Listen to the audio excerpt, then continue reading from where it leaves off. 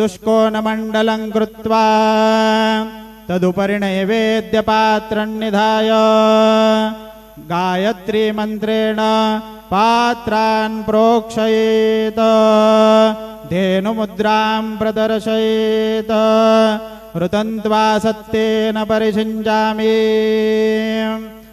ॐ प्राणाय स्वाहा ॐ अपानाय स्वाहा ॐ व्यानाय स्वाहा ॐ उदानाय स्वाहा ॐ समानाय स्वाहा ॐ ब्रह्मणे नमः। नैवेद्यमध्यपानीयं समर्पयामि पुनर्नैवेद्यं निवेदयामि।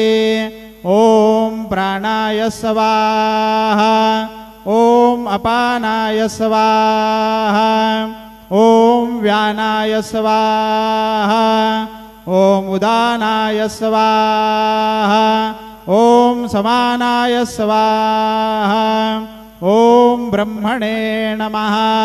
हस्तप्रक्षालनं समर्पयामि मुखप्रक्षालनं समर्पयामि। सद्गुरु साईनाथ देवताभ्यो नमः। चरणकमले प्रार्थनापूर्वक नमस्कारं करोमि। श्री सच्चिदानंद सद्गुरु साईनाथ महाराज की जय।